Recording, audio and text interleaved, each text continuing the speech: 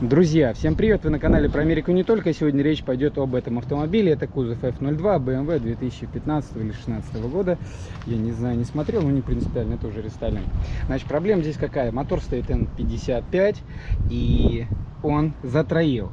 Значит, после диагностики выяснилось, что здесь не работает сервопривод Volvotronic. И также я выкрутил свечи, замерил компрессии и обнаружил, что компрессия в принципе 14 во всех, но вот в пятом аж 18. И отсюда фигачит бензин. Я так думаю, что проблема еще и с этой форсункой. К тому же машина вообще не ехала, и из правой трубы был синий дым. Не знаю, может быть здесь и три проблемы. Может здесь проблема с сервоприводом Volvotronic, с форсункой, еще и в принципе может быть с турбиной, что она кидает масло.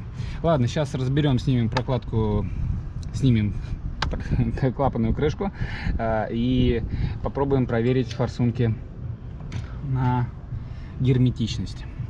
Поехали.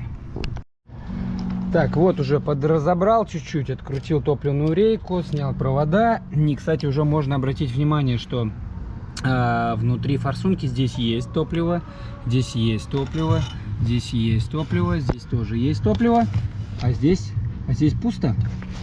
И там в последней тоже есть топливо, а вот здесь оно пусто, вообще ничего нету.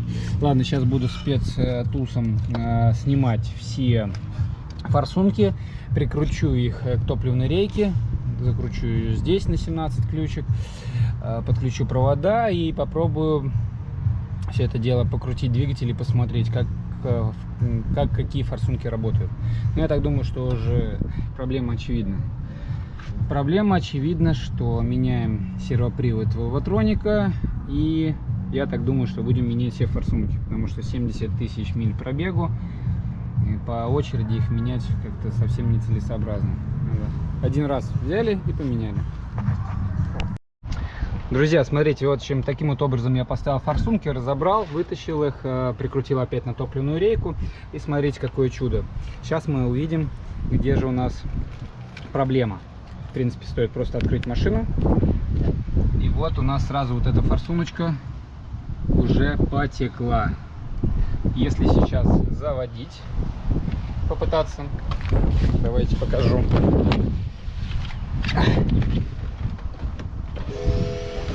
Вот.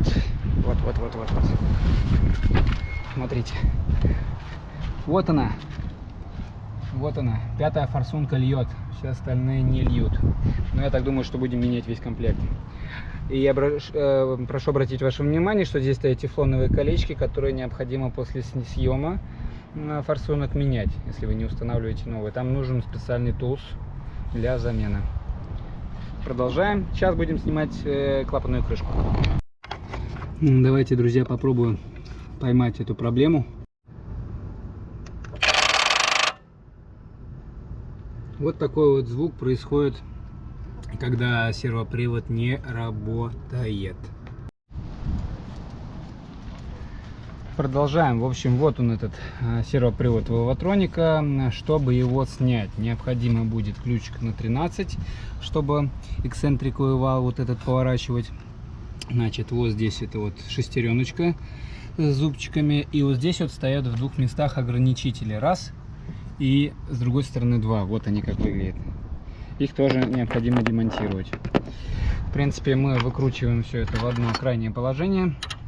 Вот сюда вот вниз. Вот так вот. И после этого уже можно вытащить сам сервопривод. Ладно, будем смотреть сейчас, сколько это стоит по запчастям. Разобрать, конечно, пришлось до хрена. Надо будет посмотреть, какие прокладочки надо менять. Вот здесь вот это, кстати, трубочку тоже открутил. Это принудительный полив масла на сервопривод Volvotronic. Ладно, продолжаем.